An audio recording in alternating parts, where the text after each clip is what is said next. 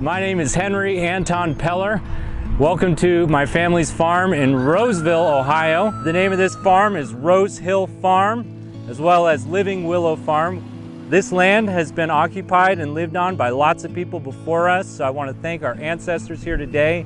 I started out like most young farmers, cultivating a piece of ground, opening it up, planting the corn, and then spending countless hours with machines and steel trying to destroy every plant that wasn't corn coming up in that corn crop. And I kept doing that, and it kept failing, and I kept getting mediocre corn crops.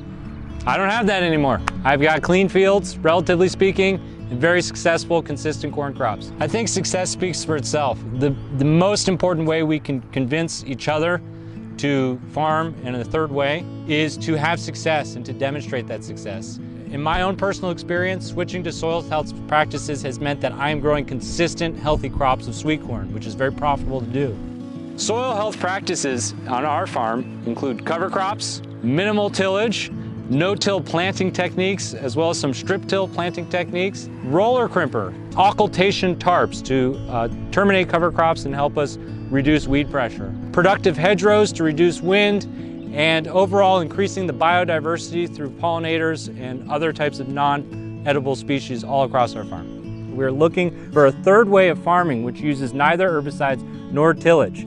It is an experimental approach called organic no-till, and the goal is to reduce soil disturbance as little as possible while still getting extremely healthy crops without the use of herbicides. There are many pragmatic reasons to do it here and now. In the end, it's really about what world you're leaving for your kids. Our predominant forms of agriculture today are largely destructive of soil, and they rely on the fact that this resource is profound and resilient. But it is not going well. If we continue on this route, farming's just going to get harder. And you layer on top of that climate change, our only pathway is to have healthy, resilient ecosystems to soften the blow. I wouldn't be farming the way I am today if I hadn't met David Brandt. Dave is a legend. He's touched every farmer who took the time to talk to him. And I'll never forget his massive hands opening up a hunk of soil that had otherwise not been disturbed for 50 years and seeing an encyclopedia of soil health there.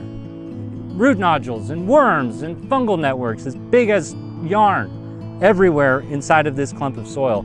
And it was clear to me that there's another way to farm that does that. I also wouldn't be living and working in this world the way I am if I hadn't encountered Ruben Castillo Herrera. He taught us to organize together, to trust each other, to trust the circle of human love as we work together in this world.